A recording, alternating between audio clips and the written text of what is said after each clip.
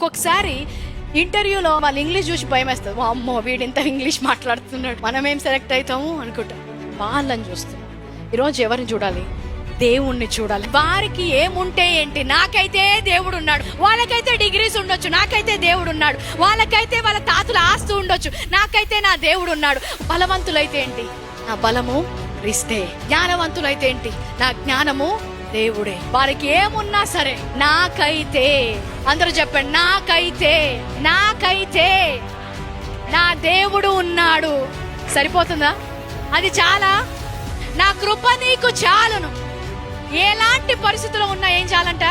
నా కృప నీకు చాలు. కృప గల దేవుడు నాకున్నాడు. వారికైతే డబ్బు ఉంది, ఎంత డబ్బన్నా పోసి వాళ్ళు బ్రతికించుకుంటారు హాస్పిటల్స్కి వెళ్తే.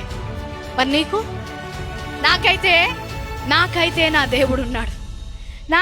నా దేవుడు ఉన్నాడు. నేను నువ్వు ఏ రోజు కూడా తగ్గించుకోకూడదు. బడి గలవారు ఉంటే ఏంటి, బలము గలవారు ఉంటే ఏంటి, జ్ఞానవంతులు ఉంటే ఏంటి, బుద్ధివంతులు ఉంటే ఏంటి, ఐశ్వర్యవంతులు ఉంటే ఏంటి, తెలివి గలవారు ఉంటే ఏంటి, నాకైతే నా దేవుడు ఉన్నాడు. హల్లెలూయా.